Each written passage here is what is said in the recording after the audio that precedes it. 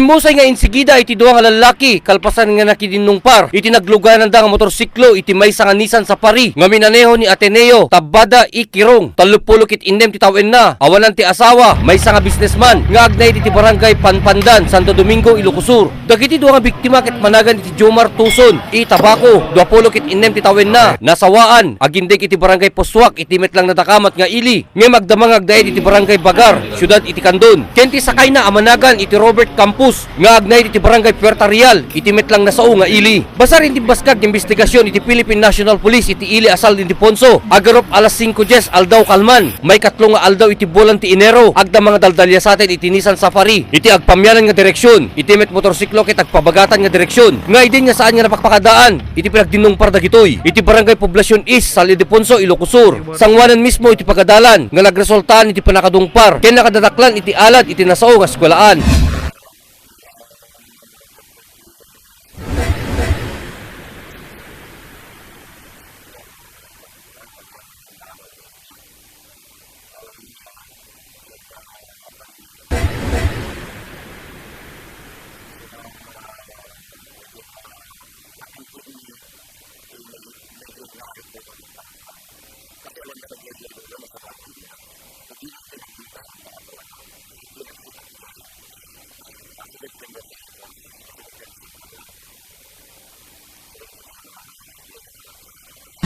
Pinasinggadan pa ni Police Inspector Rabago iti pinagtultol iti investigasyon da nakalabasit iti linya iti motorsiklo nga nagluganan ni Tuson ken Campus iti dalan iti manmaneho ni Tabbada.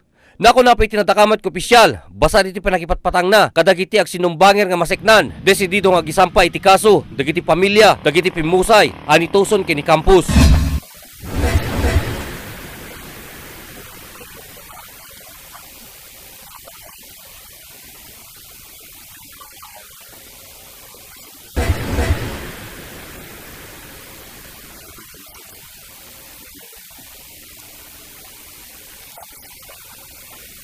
Sigun met kini Tabbada nga nagmaneho iti Nissan Safari kabayatan iti pinagdaldalyasat na iti dalan nga agpaamyanan ket iti nga nakigtot gapwanan ta addamet iti sangwanan nan dagiti nadungparnan nga nagresultaan iti pinagiwes-iwes ti nagluganan na nga nagresultaan iti panakadungpar na iti alad iti eskwelahan basar paikenkwana iti DJ nga oras ket iti nga nakunana nga makapairap iti init so ditan nga saan na nga napakpakadaan dagiti biktima. Dumaw-dawat garod iti nalawlawag nga kapanunutan dagiti napanawan ni Campus ken ni Tuson ni Tabbada. Aditan nga nakunana nga saan namit nga pinagayatan iti napasamak ngem ditan nga nakunana nga tumulong ti anyaman nga gastusen dagiti pimusay pinasinggatan na pay nga may kadwa nga ipasimpa na iti lugan na basta lakit nalpas iti obligasyonan kadagiti biktima.